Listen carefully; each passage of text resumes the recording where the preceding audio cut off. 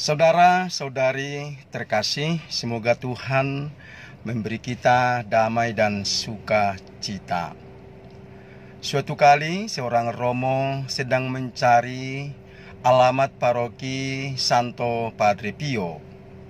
Setelah sekian lama dia mencari, capek, berpeluh keringat, dia tidak menemukan alamat tersebut.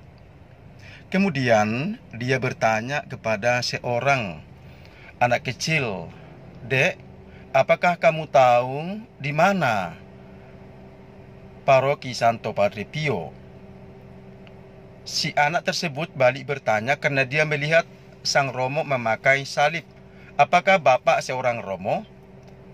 Dan dia menjawab, "Ya, saya benar adalah seorang romo dan sedang mencari paroki Santo Padre Pio." Dengan senang hati si anak berkata, "Baik Romo, saya akan antar langsung ke tempat tersebut." Dalam tempo sekian menit, mereka sampai di alamat paroki Padre Pio. Kemudian sang Romo dengan suara kuat dan percaya diri berkata demikian, "Nak, terima kasih banyak. Sekarang pergilah ke seluruh umat yang ada di paroki ini. Katakan kepada mereka untuk berkumpul nanti malam, sebab Romo akan menunjukkan kepada mereka semua bagaimana jalan ke surga." Dengan tersenyum simpul, si anak berkata, Romo, bagaimana hal itu mungkin terjadi? Bagaimana mungkin Romo bisa menunjukkan jalan ke surga, sedangkan alamat dan jalan ke paroki Santo Padre Pio saja pun Romo tidak tahu?"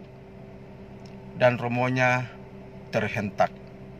Saudara-saudari terkasih, saya sekarang berada di parkiran pastoran mau ke rumah duka Angsa Pura karena ada umat kita yang meninggal dunia.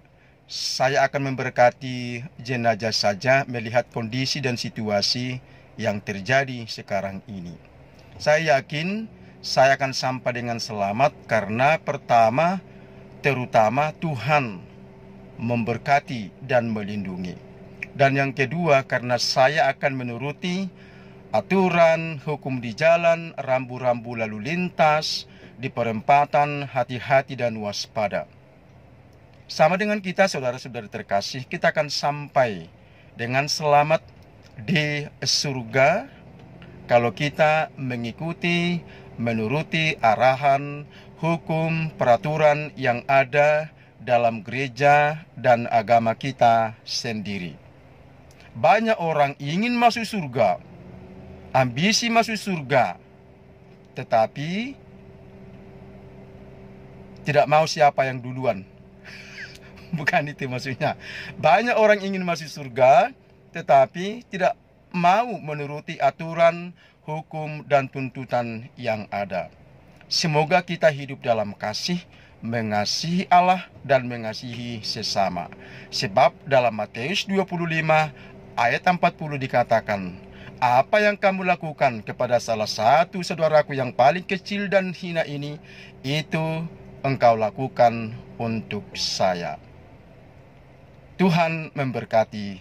Amin. Demi nama Bapa dan Putra dan Roh Kudus. Amin.